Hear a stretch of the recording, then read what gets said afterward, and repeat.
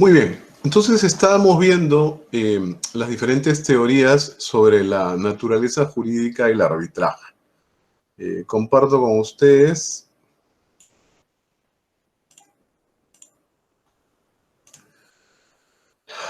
Veíamos la teoría jurisdiccionalista, ya la desarrollamos, la contractualista, idénticamente. Bueno, la siguiente teoría es la denominada teoría ecléctica, ¿no? La teoría ecléctica, como dice su propia denominación, o mixta o híbrida, ¿no? Armoniza en realidad y se postula como una suerte de intermedio, de solución intermedia, ¿no? Frente a la teoría jurisdiccionalista y la teoría contractualista. Nos señala que, por un lado, el arbitraje tiene unos componentes contractuales, ¿no? Esos componentes contractuales están en la relación que vincula a las partes entre sí, ¿no? Ese sería, recuerden, el convenio arbitral, y a la relación que vincula a las partes con el árbitro. Ese sería el contrato de mandato.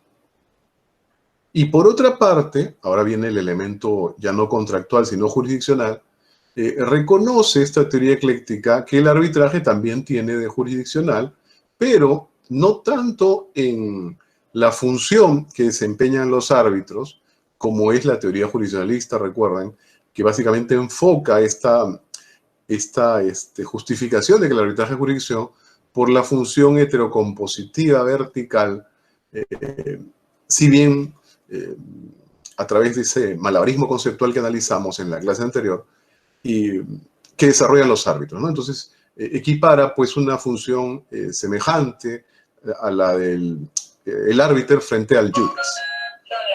Pero no, en este caso la teoría ecléctica más bien se las apaña no con la función, sino más bien con el producto, o sea, con la eficacia del laudo arbitral, ¿no?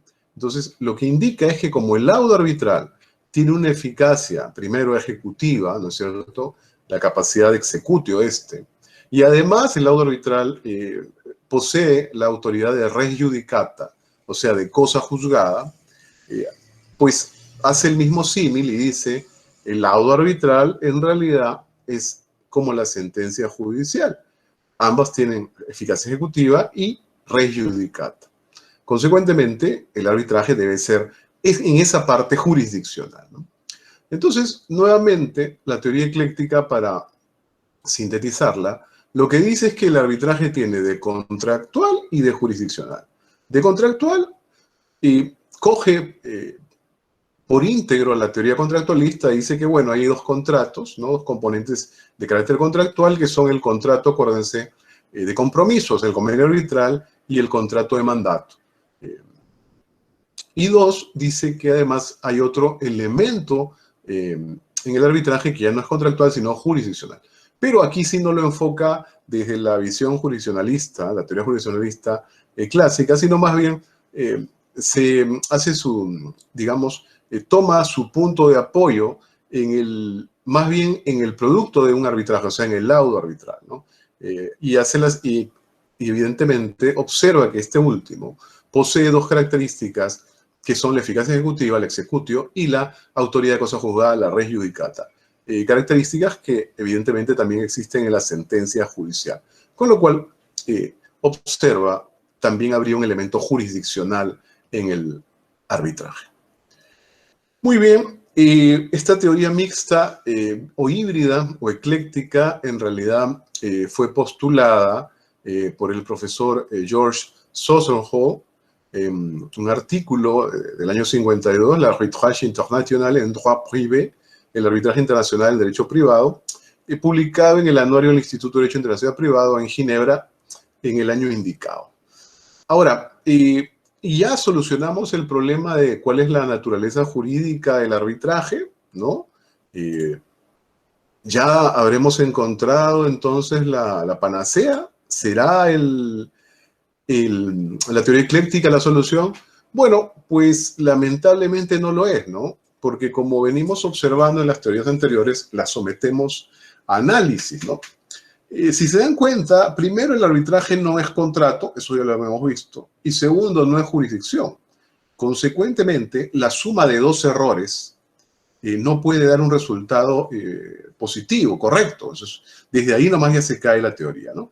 Y si quieren recordar los argumentos antes esbozados en la clase anterior, no es contrato porque evidentemente el objeto esencial de un contrato, su carácter, su contenido es patrimonial. Y el arbitraje, como hemos visto, su esencia, su contenido no es primariamente patrimonial. Ahí se cae la parte contractual. Y la parte jurisdiccional también la vimos. El arbitraje de jurisdicción, pues no lo es, ¿no? Porque recuerden, la jurisdicción tiene tres características. Tiene la res judicata, ¿no? La executio, y tiene además la proyección orgánica. O sea, tiene que tener tres elementos. Tiene que haber cosa juzgada, tiene que existir la posibilidad de ejecutar forzosamente sus decisiones y tiene que haber una ley orgánica que la desarrolle y establezca su planta. Bueno, como ya vimos en clase anterior, el arbitraje falla en dos de esos tres elementos, ¿no? Porque solamente tiene cosa juzgada, el lado arbitral tiene cosa juzgada, pero la ejecución forzosa del lado arbitral no puede ejercerse por el mismo tribunal arbitral. Tiene que acudir necesariamente usted a la jurisdicción estatal. Y tres, no hay proyección orgánica, no existe ley orgánica del arbitraje. Con lo cual se cae la supuesta categoría de jurisdicción. Muy bien, entonces con eso queda descartada la teoría ecléctica, ¿no? Igual, nota a pie, hay algún sector de la dogmática al uso que todavía postula, ¿no? Y se adhiere a esta teoría. Muy bien, ¿cuál es la siguiente teoría? Vuelvo a compartir.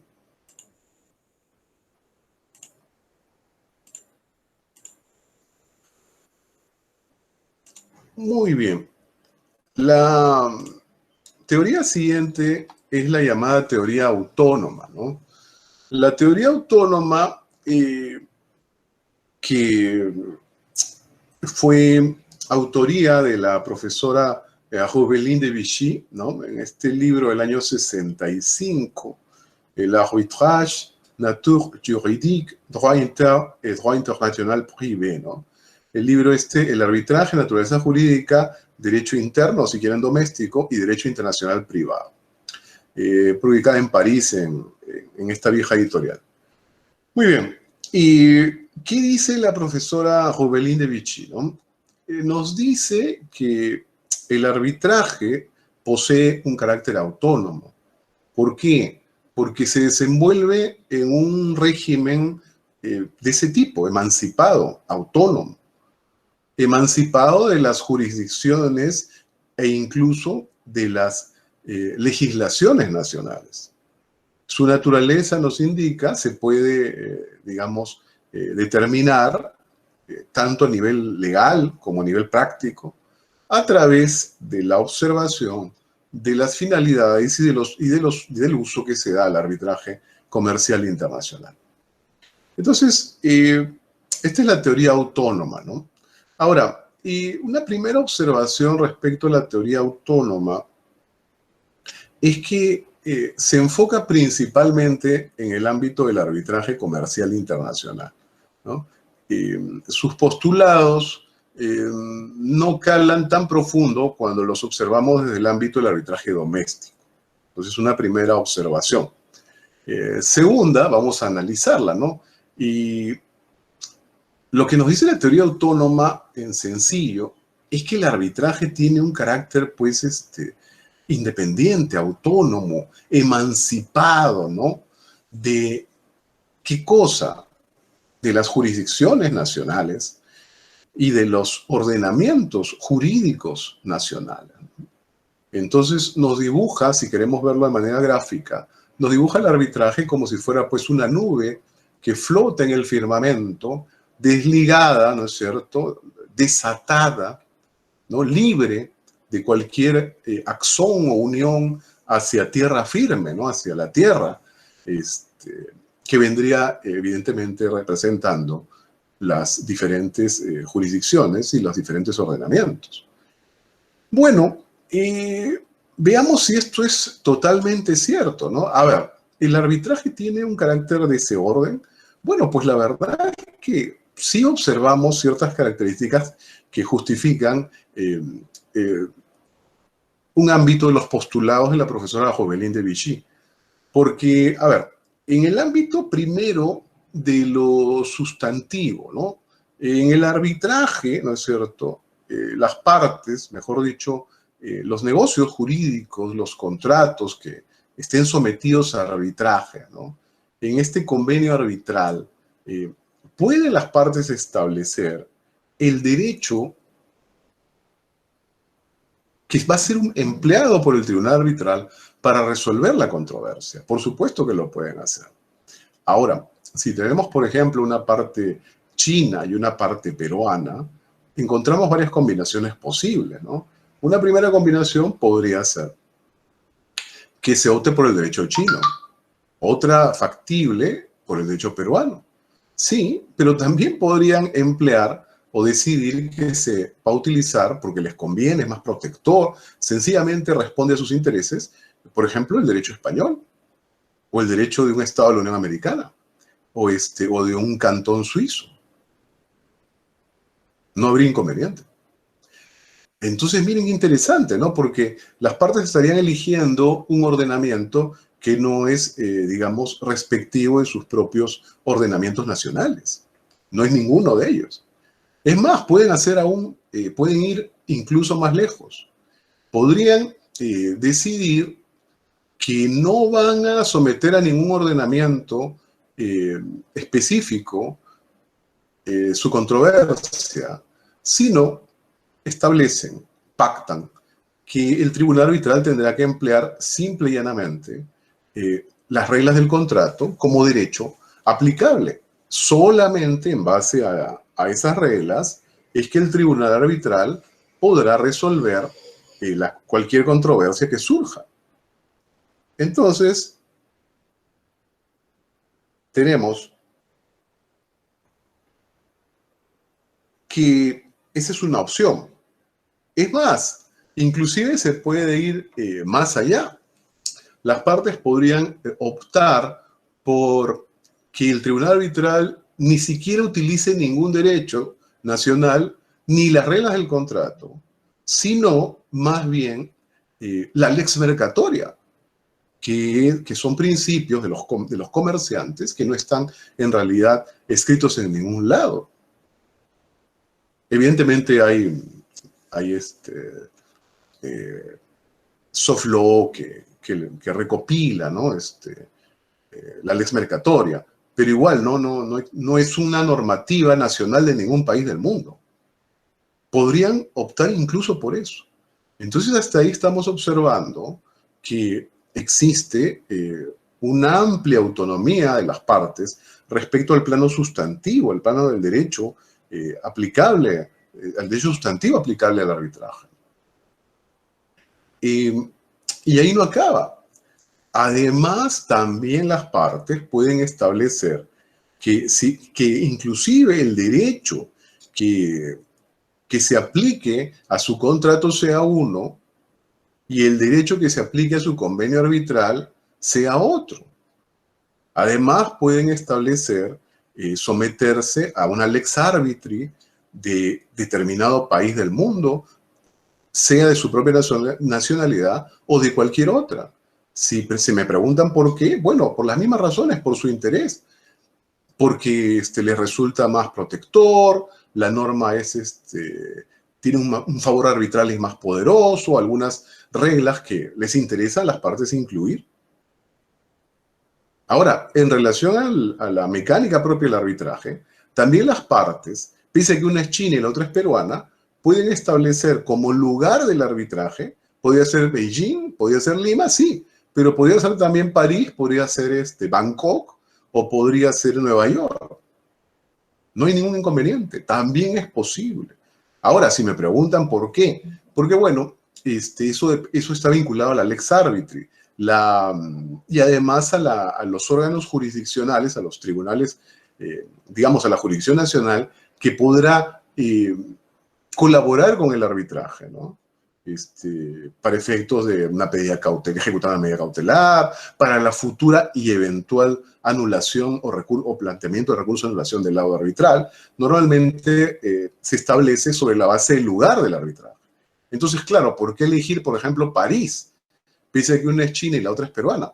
Bueno, porque, por ejemplo, en París, la Cour d'appel suele tener una suerte, digamos, de respeto y cierto favorecimiento, digamos, un nivel de cierta protección al arbitraje, ¿no? En ámbitos diversos, que podría convenirles a las partes, ¿no? Entonces observamos también aquí, ¿no es cierto?, que las partes tienen un amplio nivel de autonomía, ¿no? Entonces, recapitulando hasta aquí, pareciera que podríamos señalar que la teoría autónoma es absolutamente correcta, ¿no? Pero miremos bien, ¿no? Hemos visto que hay un nivel de autonomía tanto en el lado sustantivo como en el lado procesal, ¿no? En el tema del derecho aplicable, como el tema propiamente de las reglas, reglas y lugar del arbitraje. Sí, pero esa autonomía, así como se plantea, es engañosa, ¿no? Porque esa nube que dibujamos al principio sí tiene una cadena que la une a la Tierra, ¿no? Entonces, esa autonomía no es absoluta, no es absoluta. ¿Por qué? Porque esta absoluta emancipación no es tal. Dado que cuando en un arbitraje se necesite, por ejemplo, la ayuda para obtener o actuar un determinado medio de prueba, para ejecutar dictar o ejecutar una determinada medida cautelar, para efectos de la ejecución y reconocimiento de un laudo arbitral internacional, o con motivo del recurso de anulación de un laudo arbitral, allí hay que bajar de la nube. Y entonces las partes van a tener que ir a una jurisdicción nacional específica, usualmente la del lugar del arbitraje, al que se haya establecido como lugar del arbitraje, para efectos de lograr todas estas peticiones que hemos indicado antes. Con lo cual se desaparece esa supuesta plena autonomía, ¿no? En realidad, si queremos ver un fenómeno arbitral que esté más cercano a esta teoría autónoma, podríamos observarlo en el caso del sistema CIADI, ¿no? El arbitraje CIADI. Porque en el arbitraje CIADI se pueden hacer todas las cosas que hemos estado indicando y además, por ejemplo, el tema del recurso de anulación del laudo arbitral, no lo ve ninguna jurisdicción nacional, sino que en el sistema CIADI, dentro se conforma un comité ad hoc para ver la anulación, con un tribunal de árbitros que van a resolver este pedido. Entonces, nunca aterriza este laudo a una jurisdicción nacional para el tema de anulación. Y es más, inclusive hay otra característica interesante, que el laudo arbitral, como vimos en la primera clase, el laudo arbitral en el tema CIADI, conforme al convenio, tiene la misma naturaleza que una sentencia judicial dictada en cualquier país miembro del sistema CIADI. Con lo cual, no tiene que pasar por el reconocimiento y ejecución a través de la Convención de Nueva York, que exigiría otro tipo de laudo arbitral distinto a los del sistema CIADI. Entonces, si queremos ver algún caso que esté más cercano a esta visión de la teoría autónoma, podría ser el caso del CIADI. Muy bien, pero digamos, la teoría autónoma hoy en día, para ser honesto, resulta bastante reconocida, tiene cierto ámbito, podríamos decir que resulta de algún modo dominante, pero he querido hacerles observar sus limitaciones, ¿no? Una limitación, la que acabamos de ver, y otra que básicamente explica el arbitraje, pero solo desde la óptica del arbitraje internacional. Bueno, una última teoría cuya autoría corresponde a mi viejo maestro, el doctor Antonio María Lorca Navarrete, maestro de la Escuela Vasca de Procesal y Arbitraje, señala que el arbitraje en realidad tiene una doble naturaleza. Por un lado, tiene un carácter negocial, y ese carácter negocial está establecido por el convenio arbitral, porque el convenio arbitral es un negocio jurídico. Y entonces, no es un contrato, es un negocio jurídico. Y ese negocio jurídico le da origen a esta realidad que cuando la controversia active, el surgimiento de la controversia active al convenio arbitral, se generará todo el mundo de las actuaciones arbitrales que no son sino una plataforma procesal, se hablará un proceso arbitral. Entonces esa es la segunda naturaleza. Por un lado, negocial, porque nace de un negocio jurídico, que es el convenio arbitral, y segundo, procesal, porque cuando se activa el convenio, lo que genera es un proceso, el proceso de arbitraje. Entonces, negocial procesal, ¿no? Si se están dando cuenta, de algún modo, alguien con sentido común, se observará que esta teoría también representa una superación de los límites de la teoría ecléctica. Porque si recuerdan, en la teoría ecléctica se decía que el arbitraje es contractual jurisdiccional. Ya vimos que no es contrato porque el contrato tiene, evidentemente, un carácter patrimonial, con lo cual fallaba, porque el arbitraje en su esencia no es patrimonial. En cambio, aquí se dice que el arbitraje tiene carácter negocial, negocio jurídico, y entonces encaja perfecto, porque el negocio jurídico puede tener cualquier tipo de contenido o funcionalidad. No hay ningún inconveniente, no está limitado a lo patrimonial. Y dos, el segundo elemento de la ecléctica fallido era decir que el arbitraje es jurisdicción. Ya vimos que no lo es. Se corrige aquí, y si se dan cuenta, aquí decimos que es procesal, que lo es, porque el arbitraje, evidentemente, es un sistema de garantías, que es la visión que postulamos del proceso. Es un sistema de garantías que parte de la Constitución. Lo hemos visto cuando analizamos fuentes del derecho de arbitraje. Consecuentemente, encaja perfecto. El arbitraje es procesal, su manifestación, las actuaciones arbitrales son un proceso, con un procedimiento atípico, basado en autonomía voluntad, lo que quieran, pero es un proceso. Entonces, lo negocial procesal explica de mejor manera el arbitraje, en el sentido de decir, primero, que nace un negocio jurídico, convenio arbitral, y segundo, que su manifestación, su desarrollo, su implementación, evidentemente, es de carácter procesal. Dicho esto, me he permitido complementar esta teoría negocial procesal. ¿Por qué? Porque hasta ahí explica suficientemente la naturaleza del arbitraje, e inclusive puede emplearse también no solo para el enfoque de lo doméstico, sino inclusive lo internacional. No hay inconveniente. El tema es que, como les adelanté en la clase pasada, en esta teoría negocial procesal tendríamos que complementarla con el reconocimiento de que en el arbitraje sí existen ciertos contratos de carácter satelital, si le queremos llamar así, ¿no? Contratos satelitales, que pueden ser, algunos, evidentemente, pueden ser de carácter necesario, o sea, siempre van a existir, ¿no? Y otros podrían ser de carácter contingente. O sea, los contratos satelitales podrían ser, digamos, necesarios, obligatorios si quieren, y otros contingentes. Claro, por ejemplo, un contrato obligatorio necesario sería el contrato que une a las partes con los árbitros, ¿no? Evidentemente ese es un contrato.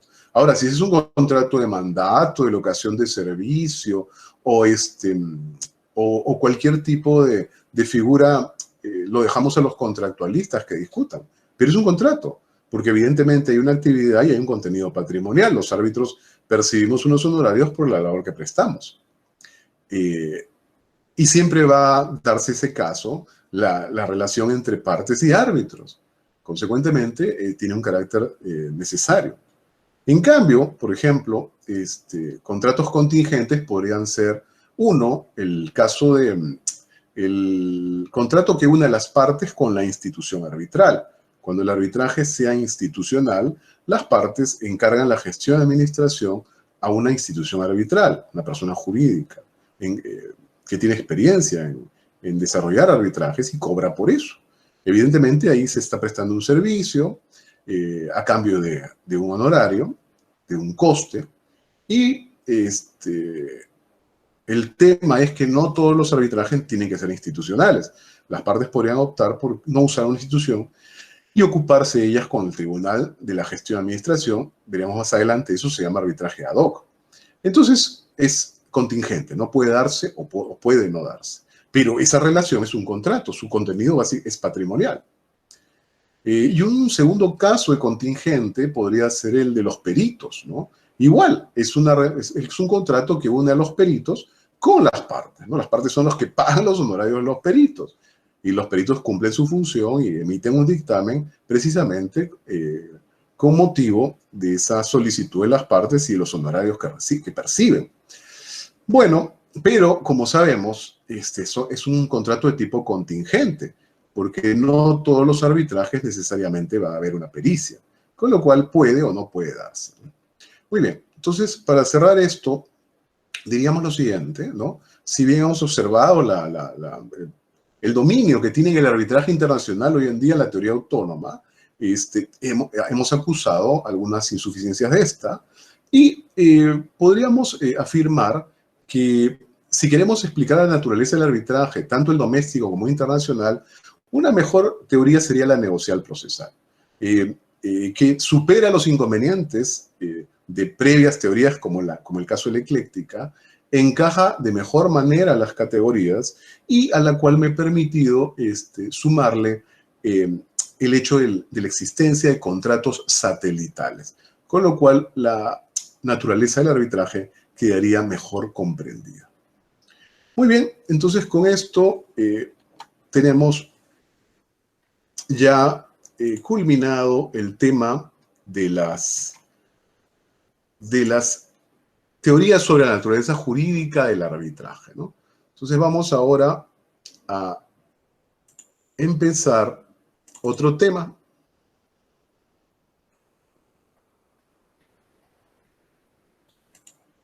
que son las clases de arbitraje. Comparto.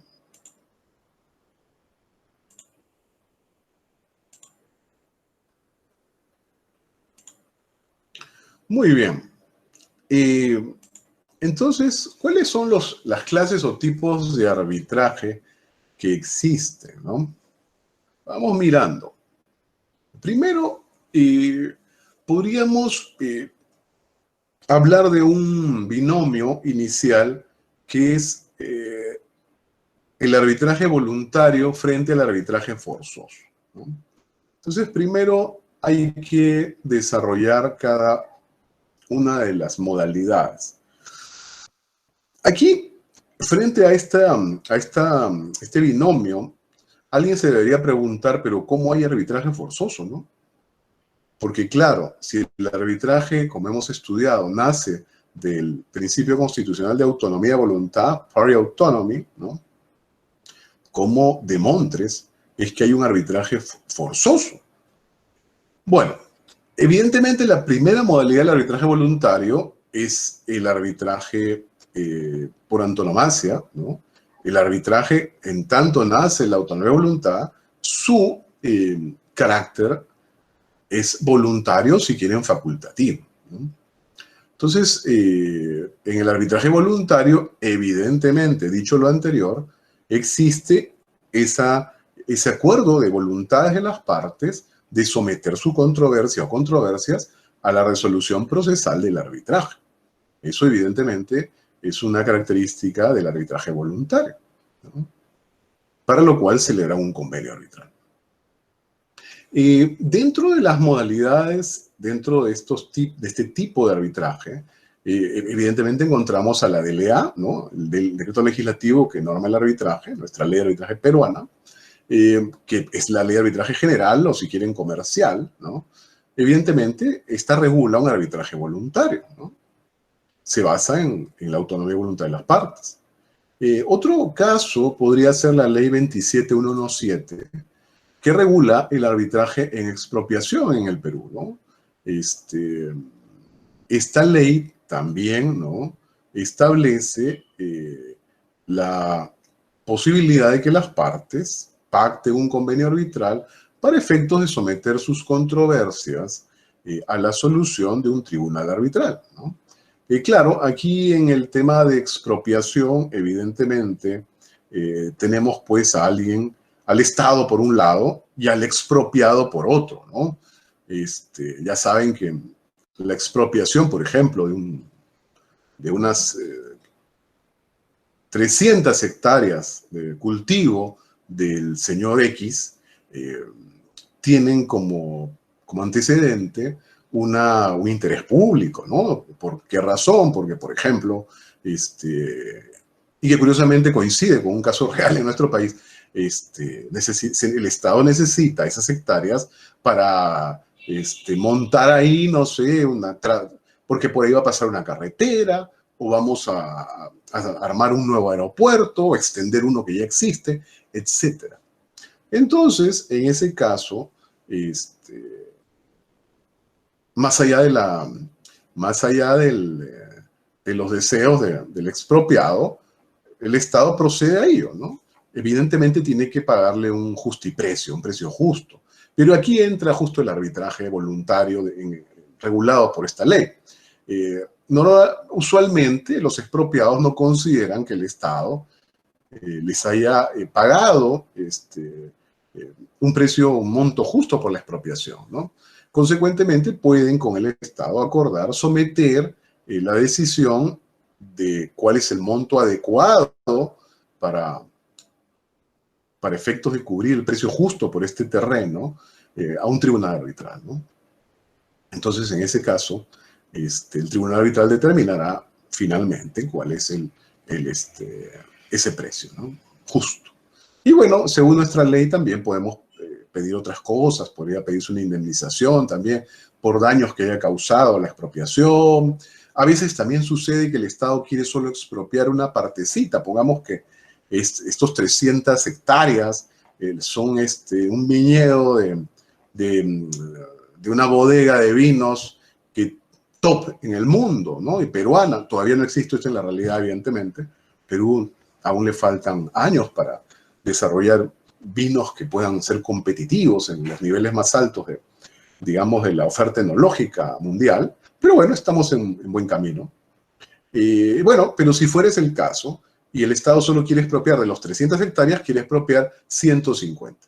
Pero resulta que ahí tenemos 300 hectáreas de viñas de 200 años que dan un Malbec de la más alta calidad, un Cabernet Sauvignon, y además ustedes saben que eso funciona en base a ciertas condiciones diversas, que todas las podemos aglomerar bajo el término de terroir. Y bueno, el asunto es que a mí no me sirve de nada el 150, con lo cual ahí otra posibilidad de petición sería el que, pese a que el Estado solo quiere expropiar 150, no, solicitemos que nos expropie y que nos pague el justiprecio de las 300 hectáreas, porque a mí no me sirve, a mi bodega no me sirve solo 150, ¿no?, por las razones explicadas. Y bueno, inter alia. Ese es el arbitraje en expropiación. Bueno, un tercer ejemplo es el arbitraje consumo, ¿no?, que está regulado en la ley 29571 y en el reglamento que se indica en la FILMINA. El arbitraje consumo peruano, en realidad, es básicamente el esquema, ha tomado el modelo del arbitraje consumo español, ¿no? En el arbitraje consumo español funciona de una manera, explicamos el español para dar el salto, que es prácticamente lo mismo, al nuestro, ¿no? Claro, en el arbitraje consumo español lo que existe es un sistema por el cual tenemos a los consumidores, ¿no es cierto?, y a las empresas prestadoras, pues, de servicios, de bienes, etcétera, ¿no? Y bueno, cuando una de estas empresas quiere someterse a este sistema, se adhiere al sistema de arbitraje de consumo español, ingresa un registro, se le da un logo, ¿no?, y ese logo pone de manera, digamos, lo exhibe en su local. Entonces, cuando alguien entra, cualquier consumidor, ¿no? Directo, ingresa, observa el logo. Si tiene algún tipo de controversia, inconveniente, ese logo puesto en el local significa una oferta pública de sometimiento. Entonces, el consumidor irá pues a la Junta Arbitral de Consumo del caso, ¿no? De donde viva, y presentará una solicitud de arbitraje. En ese momento, con su solicitud de arbitraje, se perfecciona el convenio arbitral de consumo, ¿no? Y bueno, eso abre un proceso arbitral que es muy corto, dura muy poco, y además que no lo paga el consumidor, ¿no? Lo asume, en este caso, el Reino de España, y además es de montos muy pequeños, ¿no?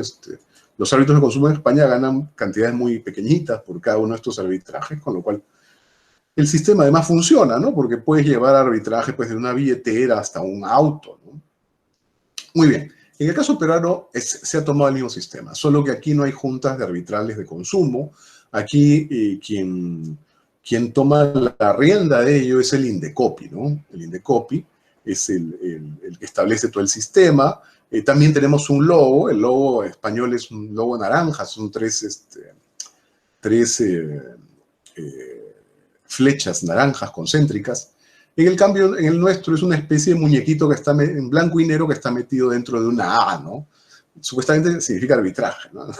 Y bueno, funciona igualito, ¿no? La oferta pública de sometimiento, ¿no? El logo está puesto en un lugar visible de la empresa, digamos, en el lugar de la empresa, y igual que en el caso español, se cierra, se perfecciona el convenio cuando se solicite por un consumidor directo el arbitraje, ¿no? Y bueno, en el caso peruano también se repite lo mismo, no le cuesta nada al consumidor, lo paga el Estado.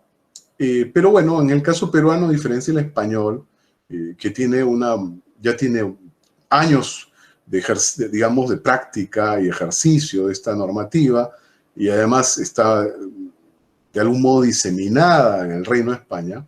En el caso peruano todavía la lista de empresas adheridas es muy pequeña, ¿no?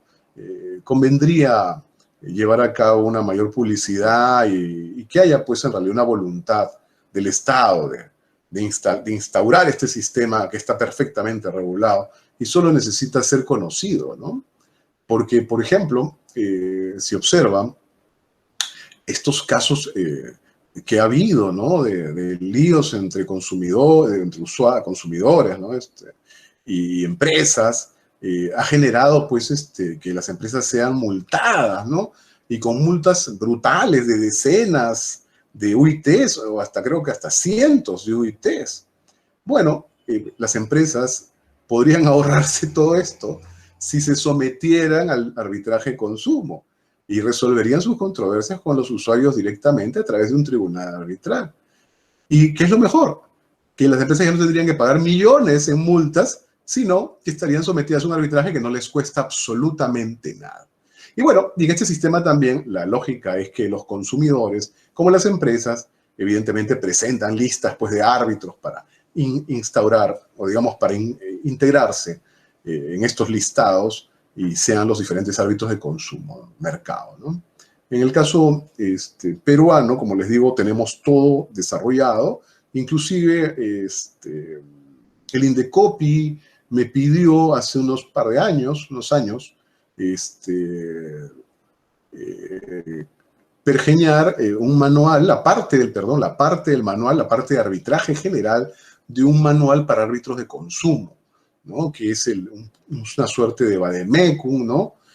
Para todos los árbitros de consumo que el Indecopi les entrega para efectos del desarrollo de su funcionalidad, ¿no?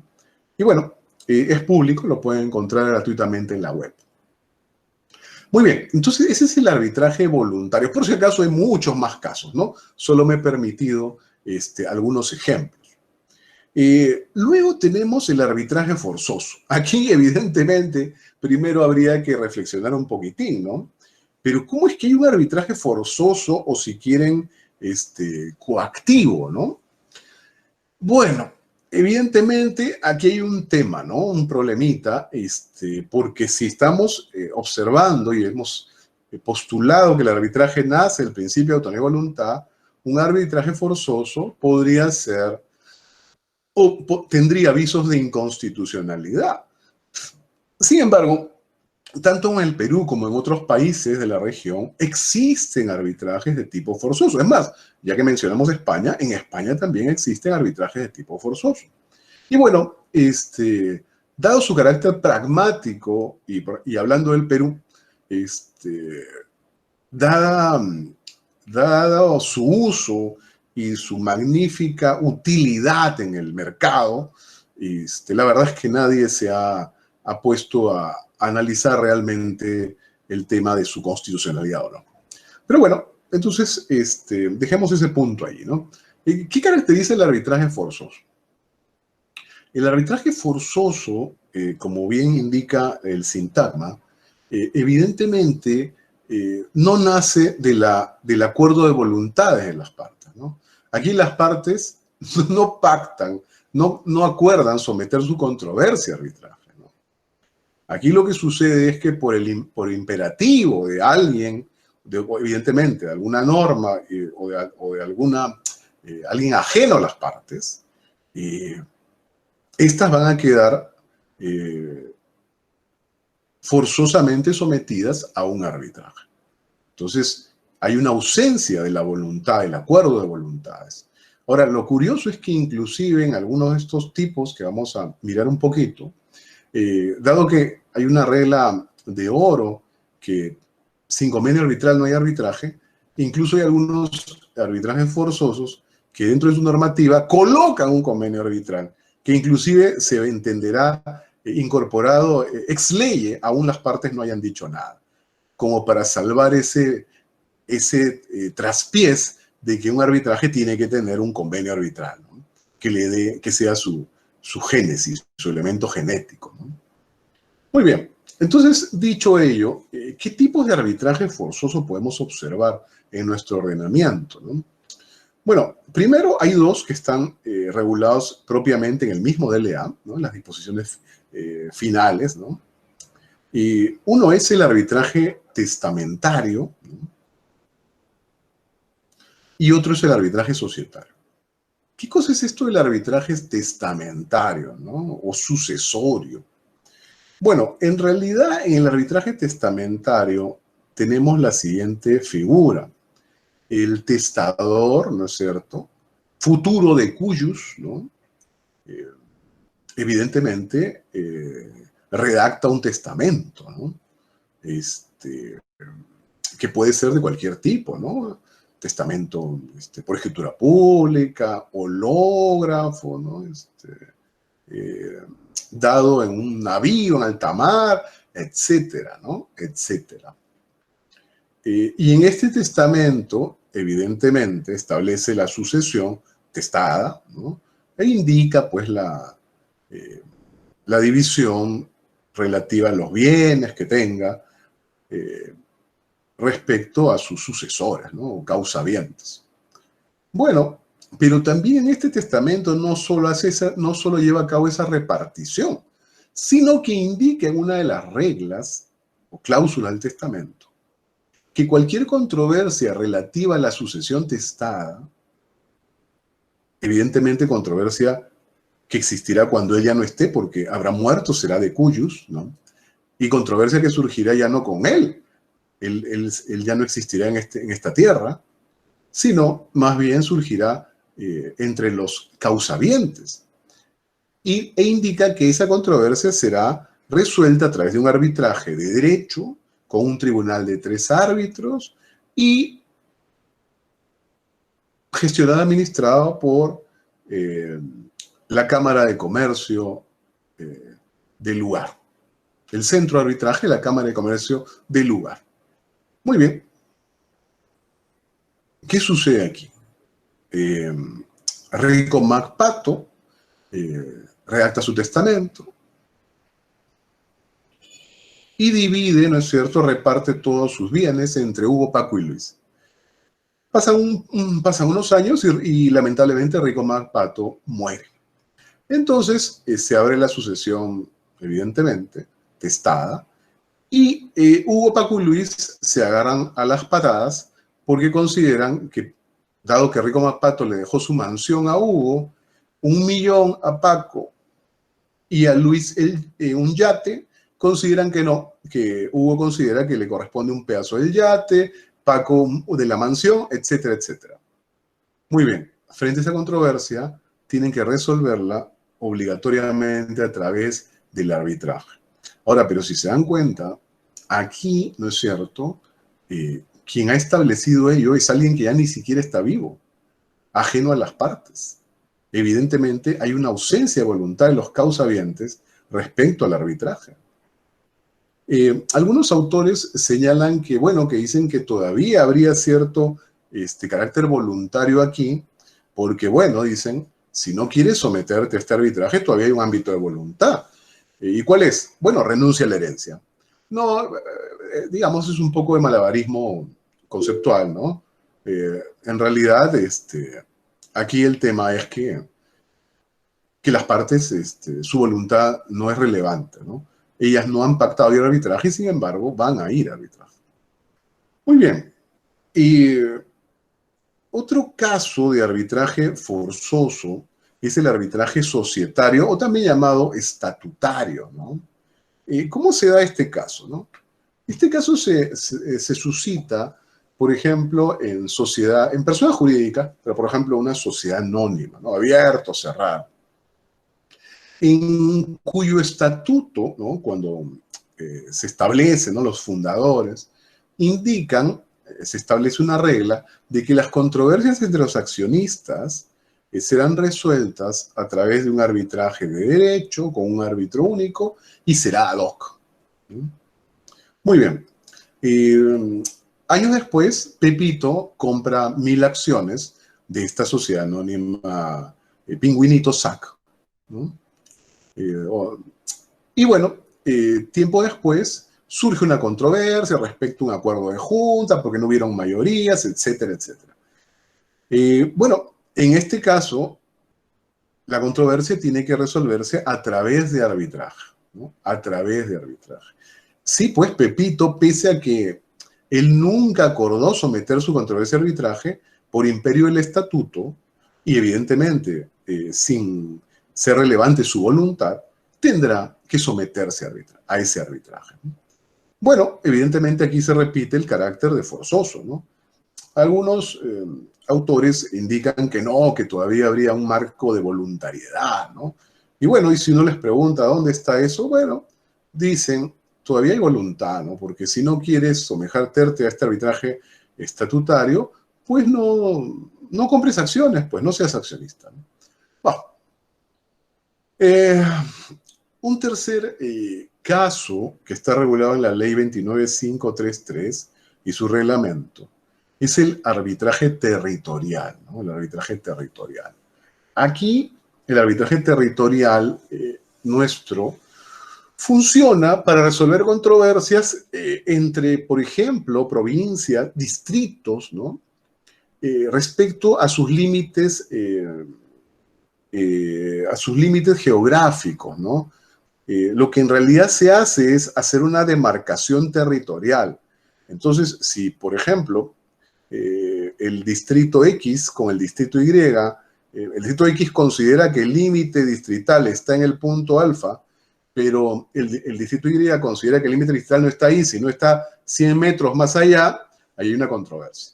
Y bueno, en ese caso, basta que una de las partes, uno de los distritos, solicite el arbitraje indicando o pidiendo esta demarcación territorial para que se constituya un tribunal arbitral y resuelva esto, ¿no? Entonces basta, digamos, que una de las partes lo solicite. Aquí nuevamente no es necesario el acuerdo de voluntades, ¿no? Simplemente opera por la solicitud unilateral de una de las partes. Y bueno, otro arbitraje también forzoso y que es uno que tiene una gran importancia y valía en nuestro ordenamiento y nuestra práctica arbitral nacional es el arbitraje administrativo, ¿no? que está regulado en la Ley de Contrataciones del Estado, ¿no? Este arbitraje administrativo en realidad establece un marco también forzoso, ¿no? ¿Por qué? Porque en el arbitraje administrativo no es necesario que las partes celebren ningún convenio arbitral. Lo pueden hacer, ¿no? Pero es innecesario. Así no lo hicieran, están obligadas a someterse a este arbitraje, ¿no? Este arbitraje tiene ciertas características, ¿no? Es un arbitraje de derecho, ¿no? El presidente del tribunal arbitral tiene que ser necesariamente abogado, es una curiosidad, pero pueden no serlo los árbitros de parte, ¿no? En un tribunal trino. Es curioso, ¿no? Porque es un caso particular. O sea, todos los árbitros no tienen que ser abogados siendo un arbitraje de derecho. Bueno, luego establece también una supervisión por parte del OCE, ¿no? Del organismo supervisor de la Contratación del Estado. Es un arbitraje hiperregulado, hipercontrolado, hay cantidad de normativa a nivel de resoluciones administrativas, directivas, ¿no? Para efectos de la misma actividad de árbitro, para efectos del ámbito ético de estos, para efectos de las actas de instalación, etcétera, etcétera. Es un arbitraje realmente hiperregulado, ¿no? Pero bueno, digamos que sus virtudes son varias, ¿no?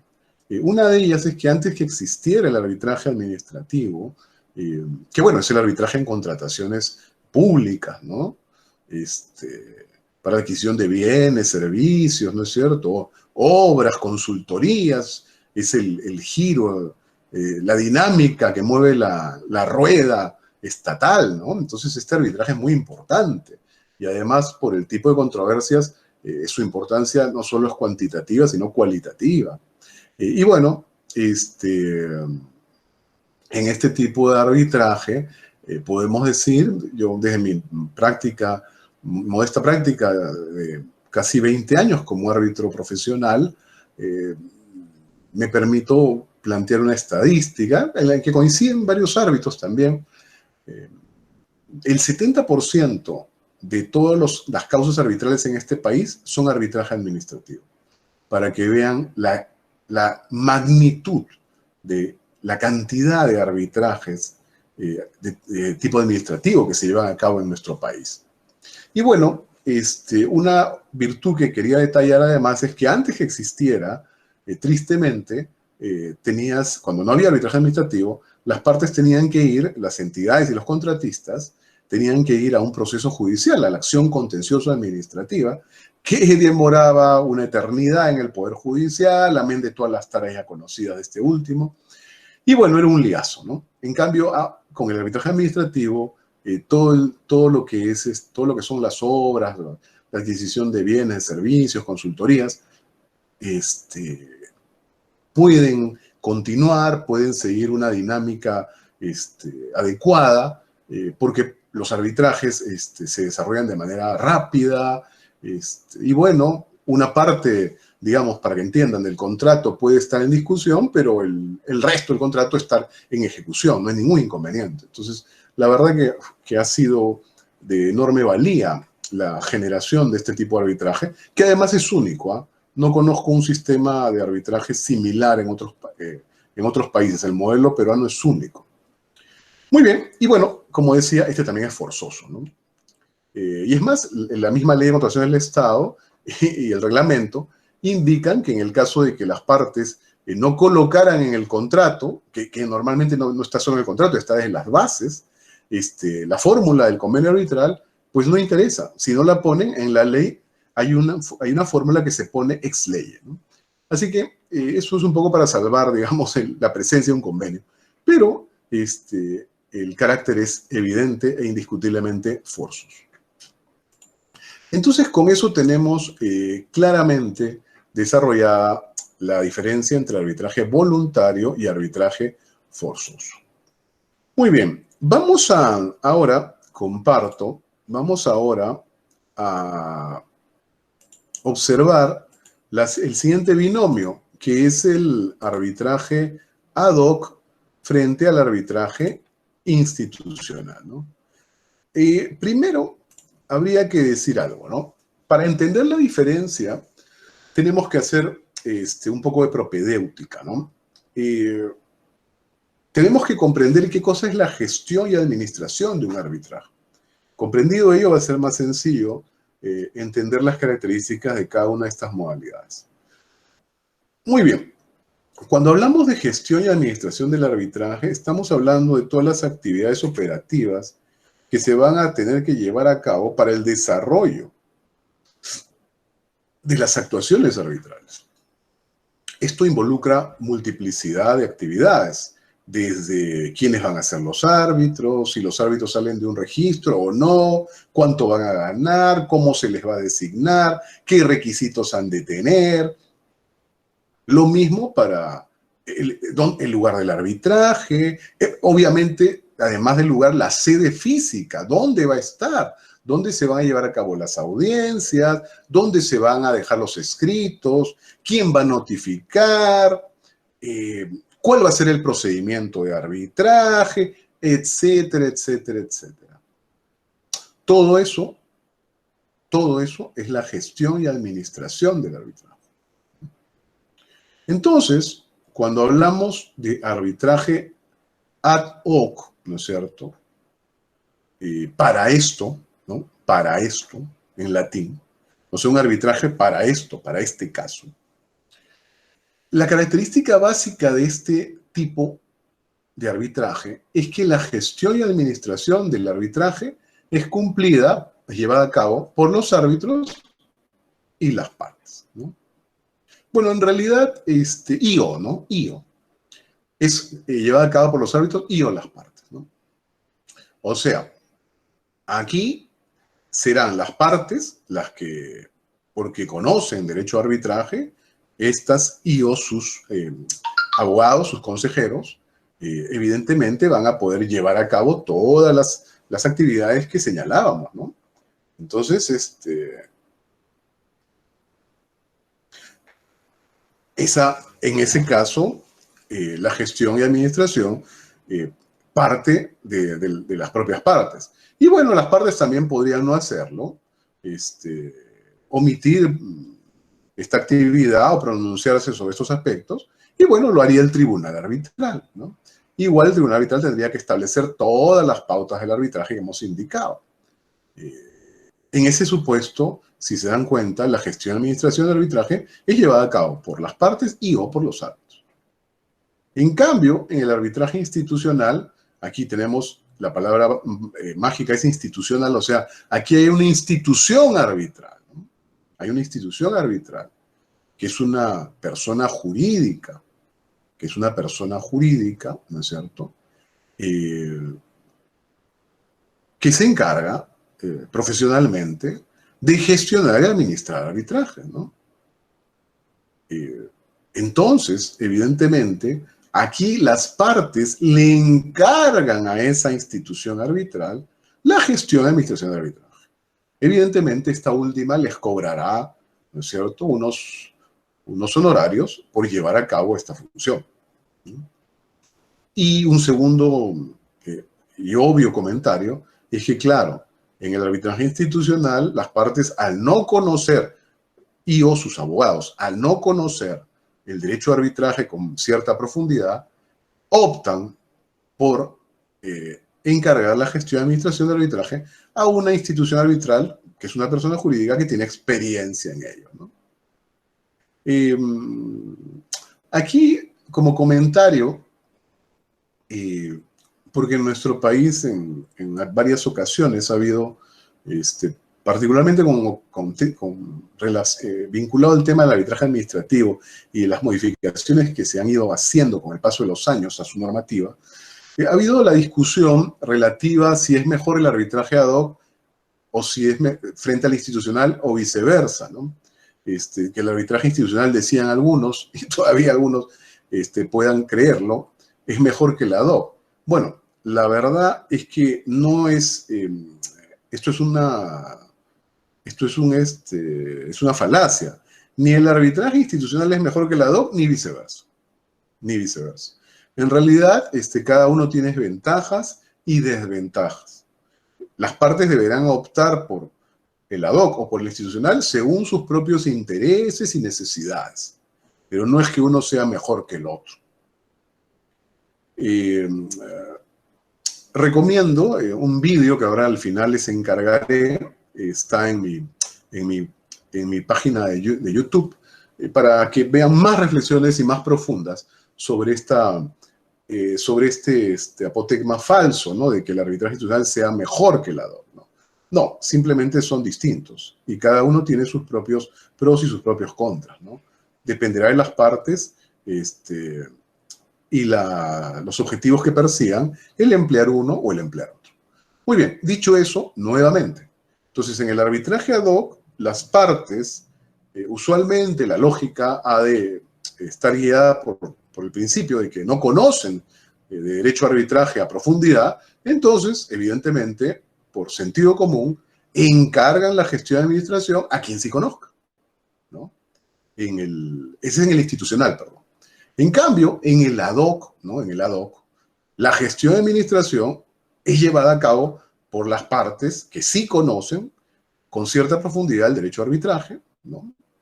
Y o por los árbitros, ¿no? Pero aquí las partes confían, evidentemente, en dicho conocimiento, ¿no? De los árbitros. Entonces, en el arbitraje ad hoc, ¿no? ¿Qué características observamos, ¿no? Amén de digamos, de esta primera que hemos desarrollado. En el arbitraje ad hoc, ¿cómo se manejan las reglas procesales, ¿no? Por ejemplo, ¿no? El procedimiento, ¿no? El procedimiento. Bueno, el procedimiento puede ser desarrollado bien por las partes, ¿no? Podrían hacerlo en el mismo convenio arbitral inclusive, cosa que es un poco rara, ¿no? No es usual. O con el motivo, o con motivo del acta de emisión o acta de instalación, como se suele llamar en el Perú, podrían, conjuntamente con los árbitros, ¿no? Establecer las reglas, este pequeño código procesal, que son las reglas de procedimiento del acta de emisión, ¿no? Que en realidad es el procedimiento arbitral. Podrían establecerlas, ¿no? Ahora, nuevamente no es usual, lo más usual es que sea el tribunal arbitral, y con cierta intervención de las partes a veces, el que establezca este procedimiento, ¿no? Las reglas de las actuaciones arbitrales, ¿no?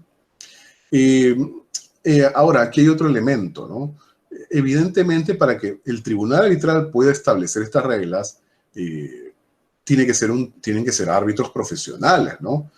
Porque los árbitros profesionales, evidentemente, hemos testeado nuestras reglas y las hemos ido mejorando con el paso de los años, ¿no? Por ejemplo, en estos casi 20 años, digamos, mi modelo, mi formato propio, ¿no? Mi protocolo de actuaciones arbitrales, de arte e instalación, lo he ido perfeccionando en todos estos años. Y cada año le voy mejorando algunas reglas o incluso adicionándole otras que no tenía la versión anterior. Evidentemente, aquí converge la necesidad de un elemento fundamental en el arbitraje, que es la selección del árbitro, ¿no? Elegir a un buen árbitro asegura un buen arbitraje, ¿no? Es tema que veremos más adelante en otra clase. La calidad del árbitro estigmatiza la calidad del arbitraje. Entonces, no vaya a ser que por elegir a árbitros que no sean profesionales en la materia, hayan inconvenientes para el establecimiento de estas reglas, ¿no? Que los árbitros profesionales, nosotros tenemos ya eso desarrollado desde muchos años e inclusive en permanente actualización y perfeccionamiento. Entonces, ese es el tema de las reglas. Ahora, ¿y el arbitraje ad hoc cómo se maneja la figura del árbitro, ¿no? Primera pregunta, ¿tiene que salir de algún registro? ¿No? ¿Tiene que salir de algún registro? Respuesta, no. No. Es un arbitraje ad hoc. Aquí estar en un registro es irrelevante. Ahora, ¿puede estar en un registro, una institución arbitral determinada? Sí, claro que sí, pero no es relevante. El secretario lo mismo, ¿no? El secretario, ¿quién puede ser? Pues puede ser cualquiera.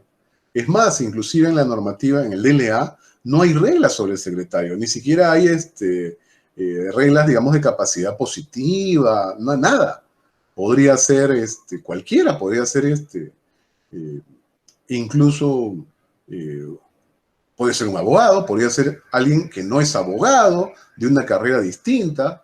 La verdad es que no existen reglas. Ahora, en la práctica suelen ser secretarios abogados jóvenes e incluso bachilleres que tienen experiencia en tramitación, ¿no? En gestión de arbitrajes. Pero bueno, no hay reglas sobre el particular. En el DLA no existe.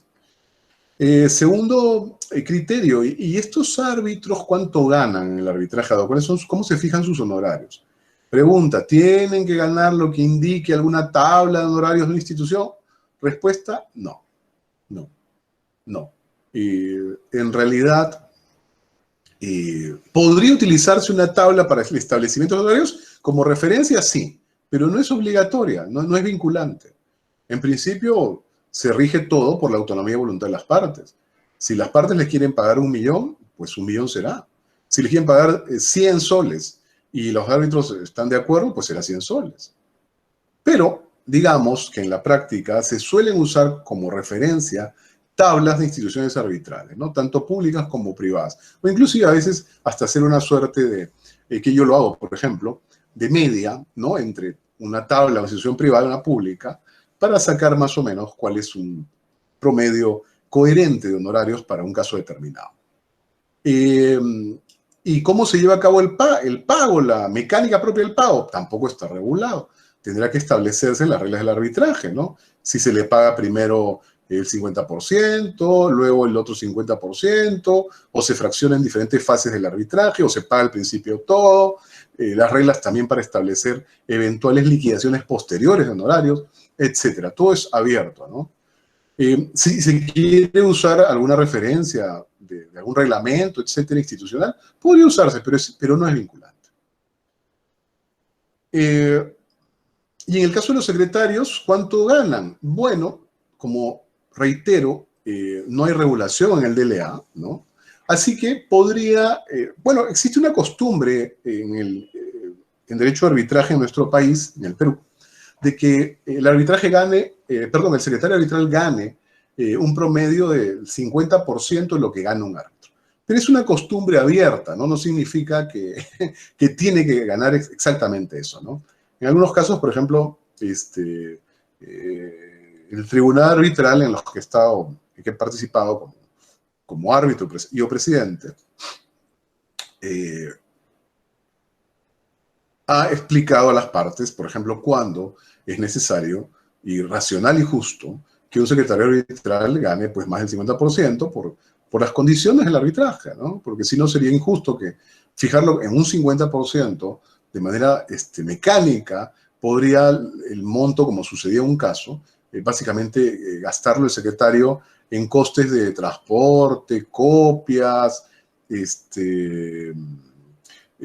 notificaciones, pues el secretario de un ad hoc normalmente notifica o contrata los secretarios profesionales a un notificador, a una secretaria administrativa, etc. Entonces, al final, no le queda, por su trabajo de pergeñar las resoluciones procesales, las providencias arbitrales básicas, sencillas, eso quedaba sin un honorario que justifique esa labor. Era injusto, ¿no? Entonces, bueno, por eso es que esta costumbre no es de piedra. E inclusive también, lo hemos hecho en algunos casos, lo he hecho, se puede usar como referencia también los costes de secretarías arbitrales de instituciones para establecer cuánto puede ganar públicas o privadas, para establecer un promedio de cuánto podría ganar el secretario. Obviamente esto no es vinculante, ¿no? Entonces, ese es el perfil del árbitro y del secretario, ¿no? Ahora, respecto al lugar del arbitraje y la sede del arbitraje, ¿no? Bueno, en realidad, propiamente la sede física, ¿no?